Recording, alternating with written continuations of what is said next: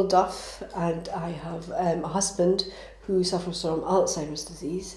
And until a year and a half ago, my mother lived with us, and she had vascular dementia, and she lived with us for 5 years.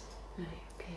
Well, before direct payments, of course, I was working. I was full-time working as a head teacher, and we had carers who came in 3 times a day, in fact, for my mother at that time. The caring was for my mother, not for my husband at that point, and they were from an agency, and I kind of felt that wasn't particularly reliable. So, you know, they would be late coming, or they would miss a visit, or things like that, which made it a bit difficult, because being at work, then I couldn't make sure that what was supposed to be happening was actually happening. Yeah.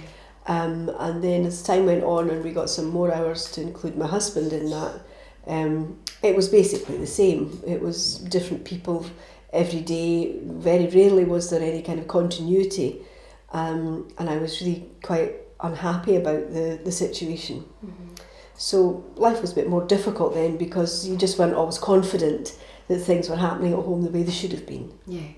Well, after direct payments, things improved dramatically, because basically because of the continuity. I had 2 carers, one who did the morning shift, one who did the afternoon shift, and at that time when my mother was alive, that was 8 hours a day, and they split that 4 hours each. And obviously it was the same person every morning, the same person every afternoon, so relationships could be built up. And they were very good at keeping me informed. So if there's anything they weren't sure about, they would text me, so I could choose to phone or come back if I needed to. But on the whole, they took responsibility and still do for the whole thing. Well, to be honest, it was okay starting up because of the support that I got from the Dundee Carer Centre, from Vanessa Dallas Ross. It sounded very daunting at the beginning, and obviously you're faced with all of these papers, the paperwork, and understanding that you're an employer, and it's not just a matter of the agency coming in, you're actually employing these people. So it was a bit daunting, but because of Vanessa's input and support, I must admit I found it really quite easy, because she was always on the end of a phone. So if I wasn't sure about something, I could get in touch with her. Right. I was also very lucky in that I got the carers without having to advertise or anything, because I knew the 2 people, and I thought they might be interested. So I suppose in that respect I was very lucky. But I think without the help of the direct payments section of Dundee Carers, it would not have been as easy. In fact, I'm not even entirely sure I might have gone down that route if I'd had to do everything by myself. Well, the responsibilities in managing the direct payments are basically making sure the daily timesheets are done and signed, that the 4 weekly timesheets are done and signed, and that these are sent off along with the sheets that I have to send to the social work department and to the direct carer centre. The ones that go to the social work department are the financial ones. So I do internet banking, so all of the payment for wages and everything is done through that. So I have to print off a balance summary for the particular 4-week period, and then do an expenditure and an income sheet for the 4-week period, and these all get sent off to the social work department.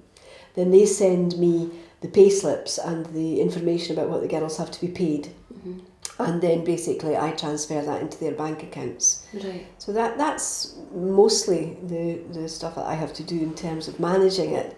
The other things are always prompted by Vanessa or somebody from the direct payment centre, so that if there's inland revenue to do, your tax stuff to do, I just get told raise a cheque for whatever and I send it. Yeah. So that's basically all I do. Well, I think when I was working particularly, it affected my life in that I was able to carry on working for as long as I chose to work. I mean, I retired in December, but that was because it was my choice, not because I had to, because of caring commitments.